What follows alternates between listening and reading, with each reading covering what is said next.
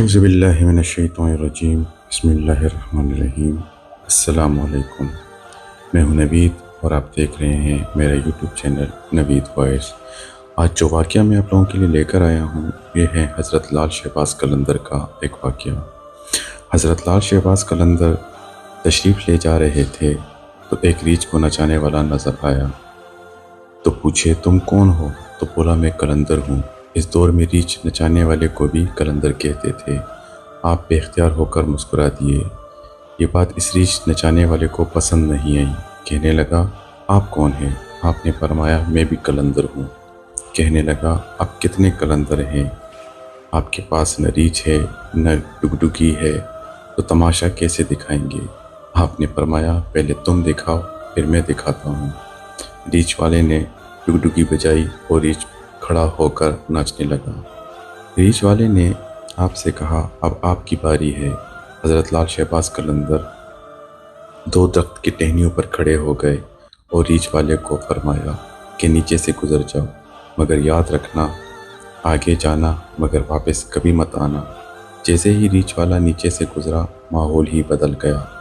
نہ وہ سورج کی گرمی نہ گرد و غبار، جہاں تک نظر دیکھے خوبصورت پہاڑ، سرسبز وادیاں، نہ موسم گرم نہ ٹھنڈا۔ ابھی اسی سوچ میں ہی تھا کہ دیکھا ایک عظیم لشکر سپاہیوں کا گھوڑوں پر سوار تیزی سے اس کی طرف بڑھ رہا ہے۔ وہ گھبرا گیا کہ آج تو جان گئی۔ پاس پہنچ کر لشکر رکا اور سپہ سالار آگے بڑھا۔ اس سے پہلے وہ کچھ کہتا سپہ سالار ریچھ والے کو بولے بادشاہ سلامت، آپ کہاں غائب ہو گئے تھے؟ آپ کی سلطنت آپ کا انتظار کر رہی ہے اور ملکہ عالیہ کا رو رو کے برا حال ہوا ہے۔ اب وہ حیران پریشان شاہی گھوڑے پر سوار ہو کر ساتھ چل دیا۔ جب محل میں پہنچا عظیم الشان عمارت دیکھ کر حیران ہوئے اندر داخل ہوا تو خوبصورت ملکہ گلہ شکوہ کرتی لپٹ گئی۔ کہاں رہ گئے تھے آپ؟ سب بھول کر نہا دھو کے شاہی پوشاک پہن کر تخت پر بیٹھ گیا۔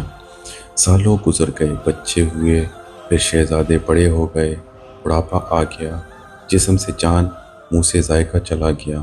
ایک دن اپنی سلطنت میں دریا کے کنارے بیٹھے ہوئے تھے تو خیال آیا کہ آخر ہوا کیا تھا۔ اسی جستجو میں وہی پہنچا جہاں پر لشکر تھا تو دیکھا وہ درخت اب بھی موجود ہے۔ سوچا چلو دیکھتے ہیں اور درخت کے بیچ سے گزرا۔ ماحول بدل گیا، وہی وقت وہی مقام، سامنے اس کا ریچھ اور ڈگڈگی پڑی ہے، وہی گرمی وہی گرد و غبار۔ پیچھے دیکھا تو حضرت لال شہباز قلندر کھڑے تھے۔ اس کی حالت غیر ہو گئی، بولا جناب میری سلطنت، میری ملکہ، میرے شہزادے۔ تو لال شہباز نے فرمایا سب تماشا تھا۔